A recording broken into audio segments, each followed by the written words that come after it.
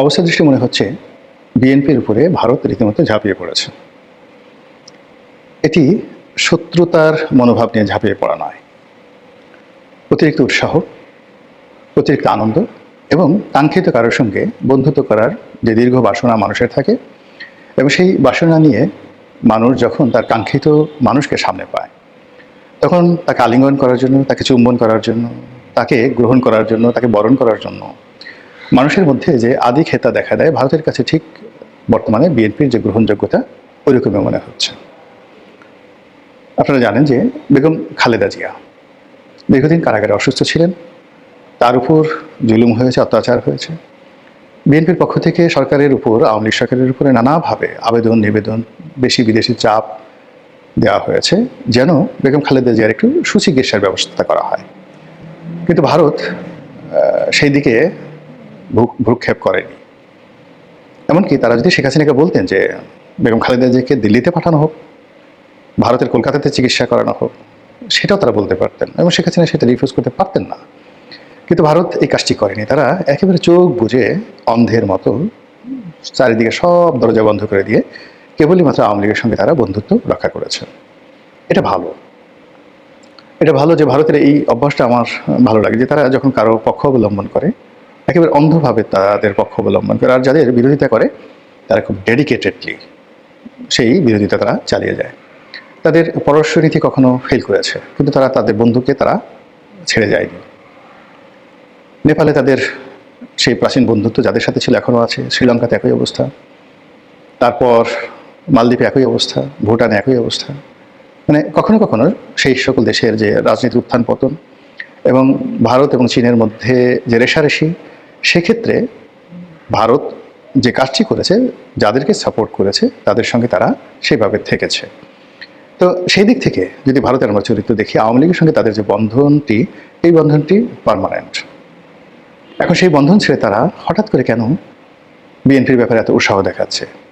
এটি কি আওয়ামী লীগকে ত্যাগ করে বিএনপিকে গ্রহণ করার, নাকি বিএনপিকে কনভিন্স করে তারপরে তার মাধ্যমে শেখ হাসিনাকে বাংলাদেশে প্রত্যাবর্তন করানো, তারপর আওয়ামী লীগের যে নিয়মতান্ত্রিক রাজনীতি, সেই রাজনীতিকে বৈধ করা এবং তাদেরকে সেই সুযোগ দেওয়া? এই কাজ করার জন্য কি তারা সেটা দেখাচ্ছে, নাকি গত 17টি মাসে তারা যেভাবে অপদস্থ হয়েছে, অপমানিত হয়েছে, লাঞ্ছিত হয়েছে ডক্টর মোহাম্মদ ইউনূস এবং তার সরকারের দ্বারা, যেভাবে ইসলামী ছাত্র শিবির থেকে শুরু করে প্যারিসে বসে বিএনপি এবং যাকে বলে জামাত, এদের চাইতেও সোশ্যাল মিডিয়াতে যারা খুব বেশি অ্যাক্টিভ, এ সকল ইউটিউবাররা যেভাবে ভারত বিরোধী প্রচারণা চালিয়েছে এবং যার ফলে ভারতীয় পণ্য বর্জনের ডাক এসেছে বারবার। ভারতীয় যারা লোকজন তারা এই দেশে কখনোই তারা নিরাপদ বোধ করেনি এবং বারবার তারা তাদের ভিসা সেন্টার বন্ধ করে দিয়েছে। এবং ভারতীয় রাষ্ট্রদূত গত 15 বছর ধরে বাংলাদেশে যেভাবে তারা চলাফেরা করতেন, এই গত 17 মাসে বলতে গেলে রীতিমতো বিশ্রী অবস্থায় তাদেরকে ঘরে বসে থাকতে হয়েছে। তো এই অবস্থার পর যখন একটা নির্বাচন হলো, সেই নির্বাচনে বিএনপি সংখ্যাগরিষ্ঠতা পেল এবং জনাব তারেক রহমান সাহেব একটি উল্লেখযোগ্য চরিত্রে তিনি আবির্ভূত হলেন দৃশ্যপটে। তো সে কারণে কি তারা এই যে দীর্ঘ অপমান ডক্টর মোহাম্মদ ইউনূস সরকারের দ্বারা, এরপর জনগণের মধ্যে ভারত যে বিরোধিতা, তার সঙ্গে সঙ্গে অর্থনৈতিক কর্মকাণ্ডে তারা যে বিপর্যস্ত অবস্থার মধ্যে পড়েছে, যেভাবে ভারতের সঙ্গে ব্যবসা বাণিজ্য, যাতায়াত, ট্রানজিট প্রায় সব কিছুতে একটা স্থবিরতা নেমে আসছে। এটা কেবল যে আমাদের ক্ষতি হয়েছে তা নয়, ভারতেরও কিন্তু মারাত্মক ক্ষয়ক্ষতি হয়েছে। তো সেই জায়গাতে বের হওয়ার জন্য তারা কি তারেক রহমান সাহেবকে গ্রহণ করতে চাচ্ছেন বা বিএনপিকে খুব বেশি মাত্রায় তারা প্রিভিলেজ দিচ্ছেন? এই বিষয়গুলো নিয়ে আলোচনা করব। আমার কাছে যেটা মনে হচ্ছে যে ভারত যে কোনো মূল্যে আসলে বিএনপির সঙ্গে একটা সম্পর্ক স্থাপন করতে চায়, যে কোনো মূল্যে। তারা ডক্টর মোহাম্মদ ইউনূসের সাথে যেভাবে চলেছে, এটার যে নেতিবাচক প্রতিক্রিয়া তারা দেখেছে, কাজে এটা তারা আর কন্টিনিউ করতে চায় না। তো তারা ভারত যেটা চায় যে বিএনপির সঙ্গে তাদের একটা ভালো সম্পর্ক হোক, তারেক রহমান সাহেবের সাথে একটা ভালো সম্পর্ক হোক, এটা তাদের একটা ফার্স্ট প্রেফারেন্স। দ্বিতীয় প্রেফারেন্স হলো যে ভারত বাংলাদেশ সম্পর্কের মধ্যে শেখ হাসিনার জমানাতে যে বিষয়গুলো মীমাংসিত হয়েছিল, ট্রানজিট, অন্যান্য বিষয়গুলো, যে চুক্তিগুলো হয়েছিল এবং বিশাল ভারতীয় বিনিয়োগ, বিভিন্ন ক্ষেত্রে যে বিনিয়োগগুলো হয়েছিল, সেই বিনিয়োগগুলো যেন চলমান থাকে এবং অর্থনৈতিক কর্মকাণ্ড যেন আগের মতো থাকে, এই বিষয়গুলো তারা নতুন সরকারের সঙ্গে একটি সমঝোতায় আসতে চাচ্ছে। আর তৃতীয়ত হলো সংগতির কারণে তারা চাইবে যে বাংলাদেশে কোনো ইসলামিক শক্তি এখানে ক্ষমতায় না আসুক। তো যদি তারেক রহমান সাহেব এবং ভার্সেস জামাত এই দুটো রাজনৈতিক শক্তি পরস্পরের সাথে প্রতিযোগিতা করতে থাকে, আওয়ামী লীগ যদি এখানে অনুপস্থিত থাকে, জাতীয় পার্টি তো ইন দি মিন টাইম নিজেদেরকে দুর্বল থেকে দুর্বলতর বানিয়ে এখন রীতিমতো মানে লাইলাতুল মানে কবরস্থান এই পর্যায়ে চলে গেছে, লাইলাতুল শ্মশান এই পর্যায়ে চলে গেছে, শ্মশানের রাত্রিতে চলে গেছে, কবরস্থানের রাত্রিতে, নিকোষ কালো কবরস্থানের রাত্রিতে চলে গেছে জাতীয় পার্টিতে। এবং আমি বুঝতে পারলাম না যে এইবার এত বিভক্তি, এত বিরূপ পরিস্থিতিতে জাতীয় পার্টির জনাব জি এম কাদের এবং তার যারা নেতৃবৃন্দ কেন এই ইলেকশনে গেলেন, কেন তাদের ইলেকশন করা দরকার, এই জিনিস আমি বুঝতে পারলাম না। এনিওয়ে, এখন জাতীয় পার্টির আবার নতুন করে দাঁড়ানো, আবার ঘুরে দাঁড়ানো, একত্র হওয়া, সব কিছু করা, it is very very tough, ভীষণ রকম টাফ। তো এনিওয়ে, যেটা বলছিলাম, তো সেই অবস্থাতে যেটা হচ্ছে যে দুটো রাজনৈতিক শক্তি, একটা হলো ইসলামিক শক্তি আর একটা হলো মানে জাতীয়তাবাদী শক্তি। তো জাতীয়তাবাদী শক্তি মানে বিএনপি নেতৃত্বে যে সকল দল এখন তাদের সাথে আছে এই জোট, যারা ধর্মের ব্যাপারে লিবারেল, গণতন্ত্রের ব্যাপারে যাদেরকে বলা হয় লিবারেল ডেমোক্রেটিক দল। আর এর অ্যাগেনস্টে জামাত, এনসিপি 11 দল, তারা তো আছে। তার সঙ্গে সঙ্গে যারা তাদেরকে ছেড়ে চলে গেছে, যেমন হেফাজত, তাবলিগ, তারপর চরমোনাই, অন্যান্য যে গ্রুপগুলো যারা একত্র হতে পারত বা হওয়ার চেষ্টা করেছিল এবং একবার তারা হয়েছিল, এই জোটটি খুব দ্রুত সিমেন্টেড হয়ে যাবে। উইদিন 2-3 মাসের মধ্যে সমস্ত ইসলামিক শক্তিগুলো একত্র হবে এবং যে কোনো বিষয় নিয়ে তারা রাজপথে নামবে।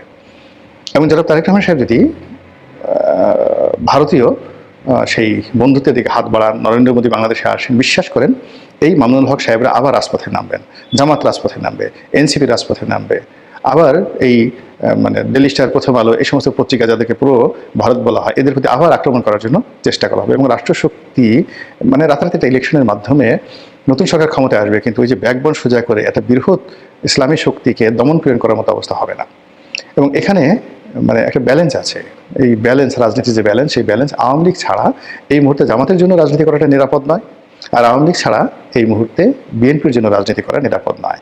আর অন্যদিকে এরকম একটা অস্থির রাজনীতির যে পরিবেশ, তারপর একটা আনপ্রেডিক্টেবল অবস্থা, সেই আনপ্রেডিক্টেবল অবস্থার মধ্যে বিদেশি বিনিয়োগ করা, কূটনীতি করা, তারপরে দীর্ঘমেয়াদী একটি রাষ্ট্রের সঙ্গে আরেকটি রাষ্ট্রের সম্পর্ক স্থাপন করার ক্ষেত্রে নানা রকম বাধা এবং বিপত্তি রয়েছে।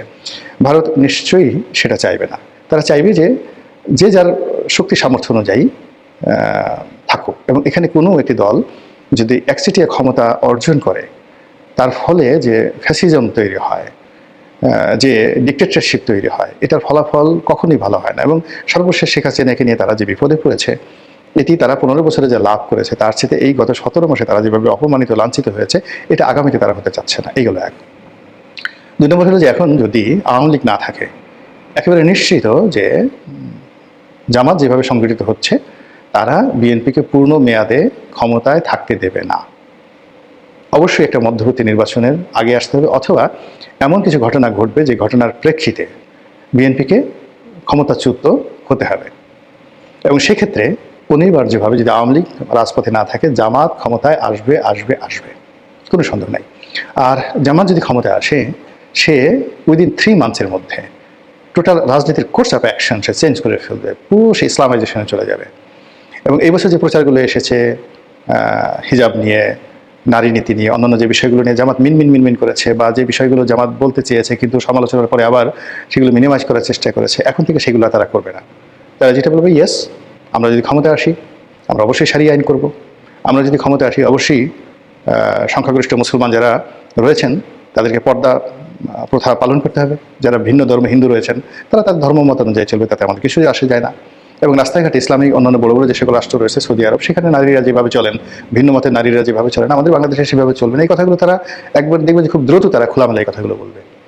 বলার পরে কি হচ্ছে, এই যে 90% মুসলমান, প্রত্যেকটা পরিবারে কিন্তু যারা মুরব্বী তারা ভীষণ রকম বিরক্ত ছেলে মেয়েদের প্রতি।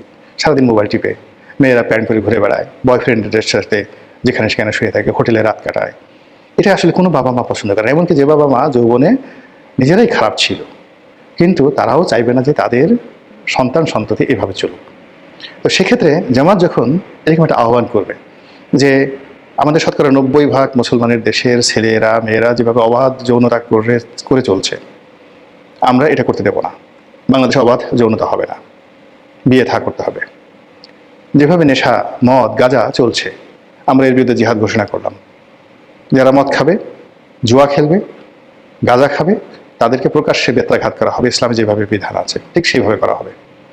বিশ্বাস করেন, সমস্ত বাবা মা সবাই পাগল হয়ে যাবে জামাতের জন্য, রীতিমতো পাগল হয়ে যাবে। এবং দেখেন যে এই আগামীতে যে সময়গুলো তারা পাবে, সেই সময়ের মধ্যে দেখবেন যে অনেক তরুণ যারা গাঁজা খেত, তারা এই জামাতের ভয়ে গাঁজা খাওয়া বন্ধ করে দেবে।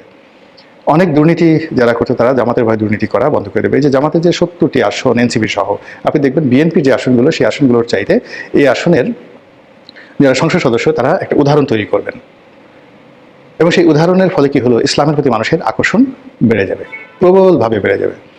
এরপরে জামাতের যে নেতৃবৃন্দ, এনসিপির যারা নেতৃবৃন্দ, যারা আপার হাউজে মেম্বার হবেন, তারা সেখানে ঘন্টার পর ঘন্টা কোরআন, হাদিস, ইজমা, মানে একটা ওয়াজের মাহফিল বানায় ফেলবেন আমাদের যে আপার হাউস, উচ্চকক্ষ সেখানে। এবং তাদের জামাতের লোকজন তারা ওইভাবে রিক্রুট করবে, যারা ভালো বক্তা, অনলবর্ষী বক্তা, কোরআন জানে, হাদিস জানে, মহাভারত জানে।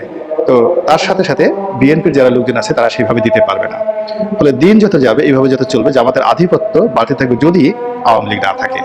তো এই কাজটি যোগ্যপদভাবে তারেক রহমান সাহেব এবং নরেন্দ্র মোদী করার চেষ্টা করবে, এবং সেই চেষ্টা আসলে কতটা ফলপ্রসূ হয় সেটি দেখার বিষয়। মহান আল্লাহ আমাদের সবাইকে হেদায়েত দান করুন এবং হেফাজত করুন। আসসালামু আলাইকুম রহমতুল্লাহি ওয়া বারাকাতুহু।